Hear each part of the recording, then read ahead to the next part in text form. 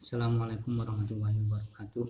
Selamat pagi anak-anak yang Pak Guru sayangi dan Pak Guru banggakan.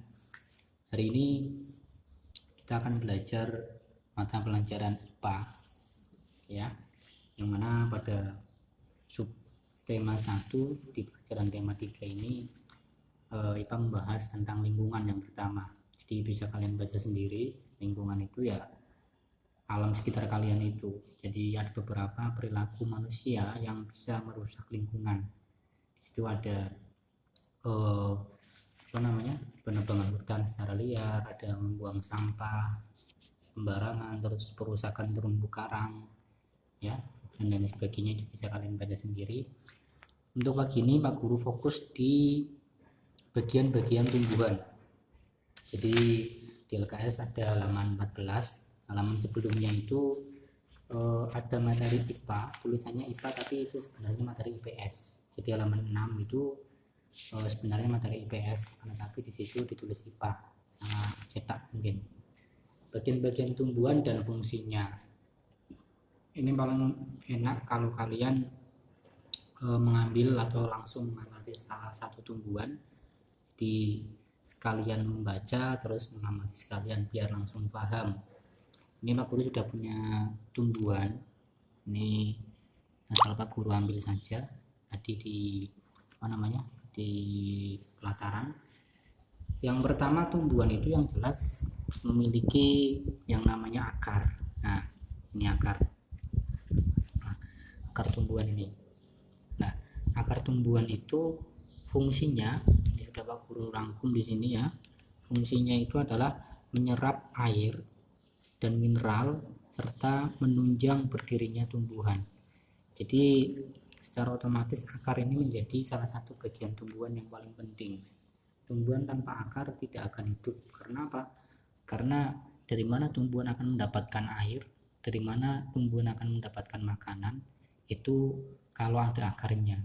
Jadi kalau kalian lihat tumbuhan dan ingin dibunuh, itu paling cepat itu dihilangkan akarnya, karena senantiasa tumbuhan tersebut akan mati dengan sendirinya.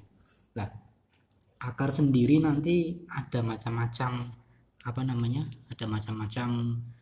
bentuknya. Ini di sini ada akar tunggang, akar serabut, terus akar adventif. Yang paling utama akar tunggang dan akar serabut. Akar tunggang itu akar tumbuhan yang mana dia tumbuhan dikotil. Tumbuhan dikotil itu tumbuhan yang memiliki 2 biji. Jadi kalau kalian makan buah-buahan nanti ada bijinya, coba kalian amati. Misalnya kalian makan rambutan, ini di situ biji rambutan itu kalau kalian amati, kalian remuk gitu ya, kalian rusak, itu nanti akan akan ada 2 bagian. Nah, dikotil itu artinya dua biji. Nah, tumbuhan-tumbuhan atau buah-buahan yang bijinya dikotil, bijinya bisa terbelah menjadi 2, itu rata-rata akarnya adalah akar tunggang. Tetapi untuk tumbuhan yang bijinya hanya 1 seperti pepaya, itu kan bijinya nggak bisa dipecah, hanya 1 itu saja, itu pasti nanti akarnya adalah akar serabut ya.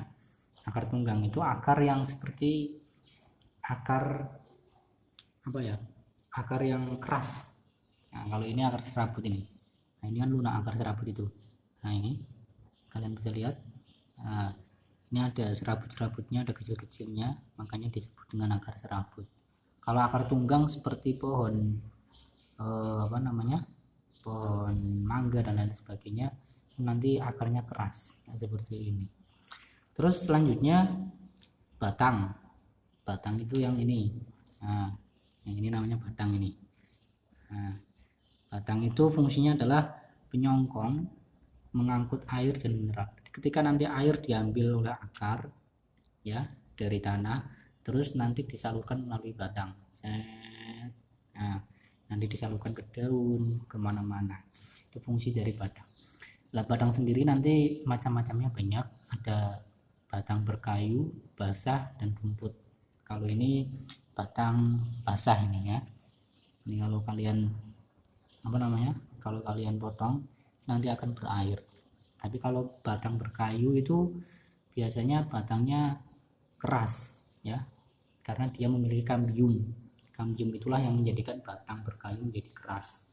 Nah, seperti pohon mangga, pohon apa namanya, rambutan itu batangnya batang keras. Terus kemudian daun itu yang ini. Nah, ini daun yang harus kalian pahami dari daun itu, dia adalah tempat berfotosintesis ya, berfotosintesis. Terus fotosintesis itu apa? Fotosintesis itu proses tumbuhan memasak atau membuat makanan.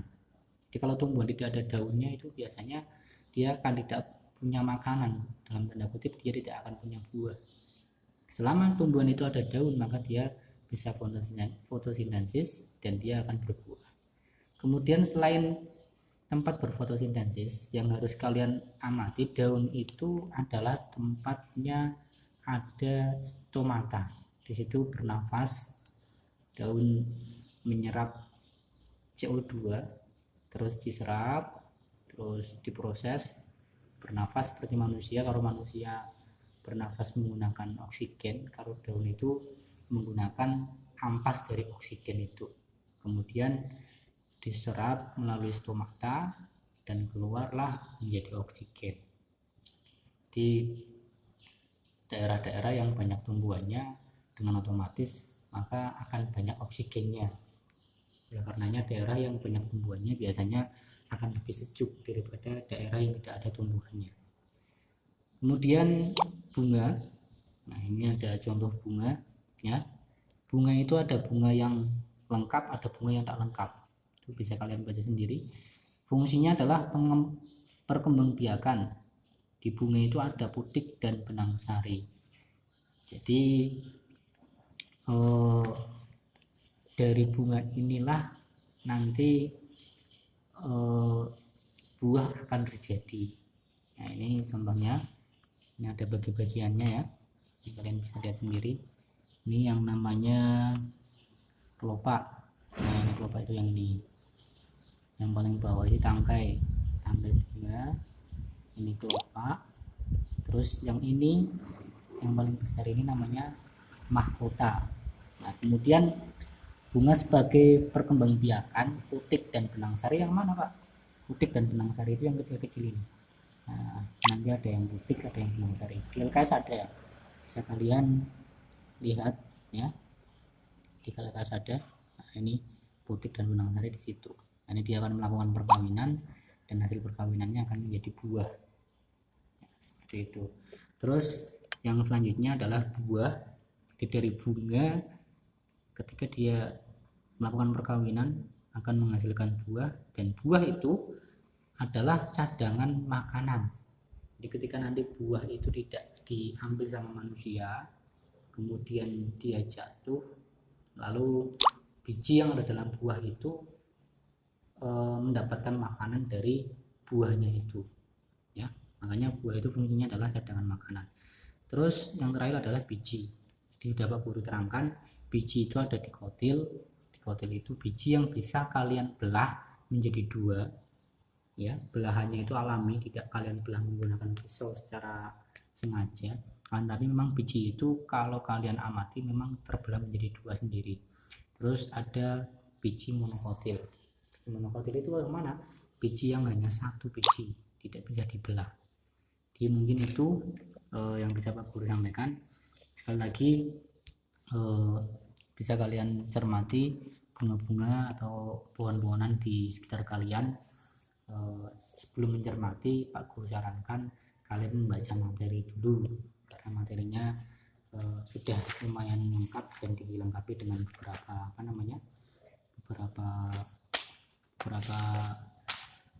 gambar-gambar, jadi lumayan untuk mudah diserap. Demikian, mudah-mudahan bisa membantu. Assalamualaikum warahmatullahi wabarakatuh.